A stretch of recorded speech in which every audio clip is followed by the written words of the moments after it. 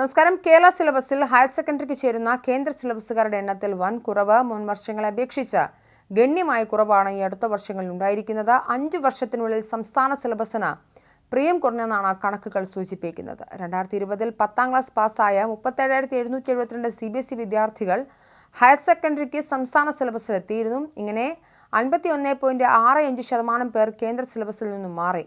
ഈ വർഷം മാറിയത് 19,382 വിദ്യാർത്ഥികൾ മാത്രമാണ്, അതായത് 32.43%. 2020 ICSE സിലബസിൽ വിജയിച്ച 7,936 വിദ്യാർത്ഥികളിൽ 3,726 പേർ കേരള സിലബസിലെത്തി. 2024 വിജയിച്ച 7,517 പേരിൽ 2,385 വിദ്യാർത്ഥികളെ വന്നിട്ടുള്ളൂ. വരവ് 2020 46.95%മാണുള്ളത്. 2024 ഇത് 31.72% കുറഞ്ഞു. കോവിഡ് കാലയളവിൽ കേന്ദ്ര സിലബസിലെ പകുതിയിലേറെ പേർ സംസ്ഥാന സിലബസിൽ പഠിക്കാൻ എത്തിയിരുന്നു. ഫീസിലെ കുറവാണ് മുഖ്യ കാരണമെന്നാണ് നിഗമനം. ഡൽഹി സർവകലാശാല പോലുള്ള ഉന്നത വിദ്യാഭ്യാസ സ്ഥാപനങ്ങളിൽ മാർക്ക് അടിസ്ഥാനത്തിലുള്ള പ്രവേശനവും ഉയർന്ന വിജയ ശതമാനമുള്ള കേരള സിലബസിനെ ആകർഷകമാക്കി. എന്നാൽ ഇന്നാവട്ടെ സാഹചര്യങ്ങൾ മാറി.